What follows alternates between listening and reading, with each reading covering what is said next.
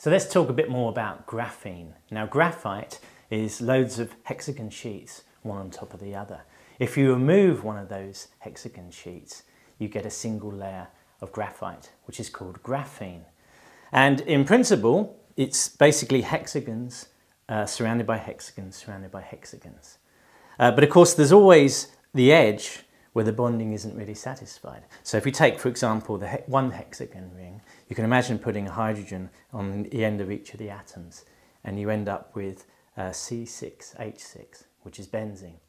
And of course, as they get bigger, the sheets, you're going to have proportionally less and less hydrogen.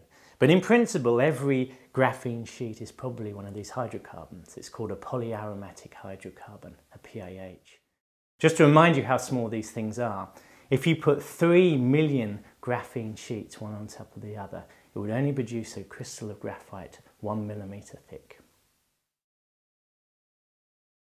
So how do we make a graphene sheet? Well, one way is to take a pencil, which is obviously graphite, and actually draw with it. Because as you draw with a piece of pencil, fragments of graphite are coming off. And some of them will be single layer pieces of graphite. In other words, graphene sheets.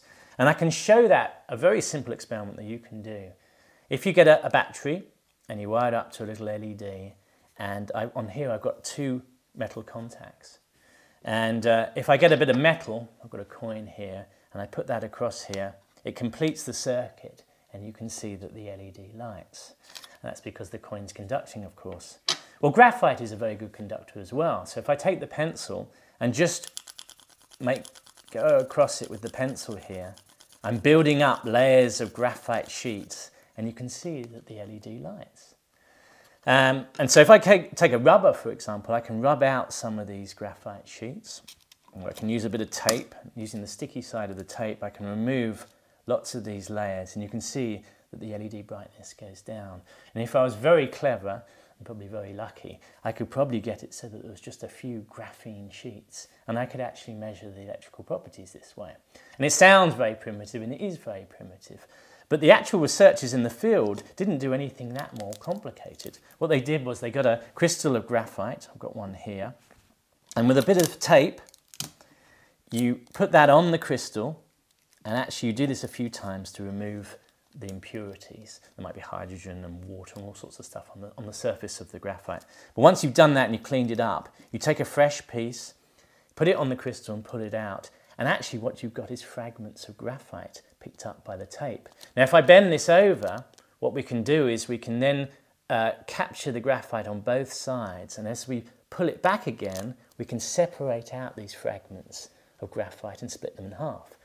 And if we keep on doing that with these fragments, using the sticky tape, we can actually halve and halve and halve and halve these graphite fragments. And eventually you can make single layer pieces of graphite. In other words, you can make graphene sheets by nothing other than a piece of tape and a bit of pencil, basically. A better way of doing it is actually to get a piece of silicon, which is very, very flat, and draw the graphite across it, just like when you draw with a pencil. And sheets will come off onto the silicon.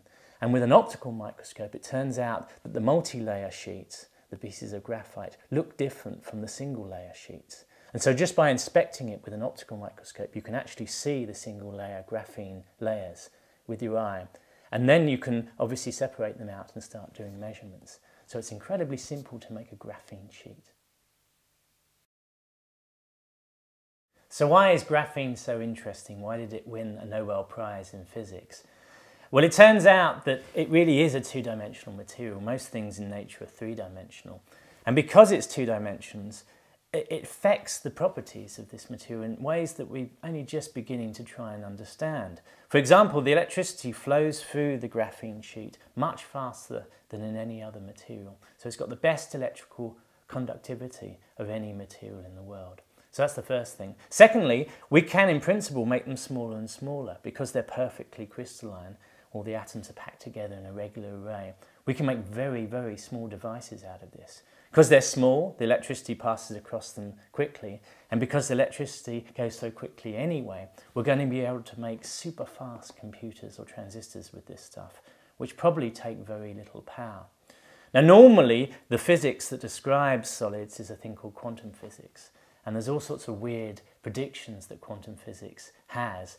You can even have things called tunneling, particles tunneling through other particles. Because the electrons travel so fast in this material, we have to use a thing called relativistic quantum mechanics, or quantum electrodynamics, and that's an even weirder world than quantum mechanics. The particles, the electricity flowing through the material are called Dirac particles, and antiparticles and particles can form spontaneously, and as a result there's a whole load of amazing predictions for this very simple, humble graphite sheet, which is promising amazing new things for the future. It really is an exciting material.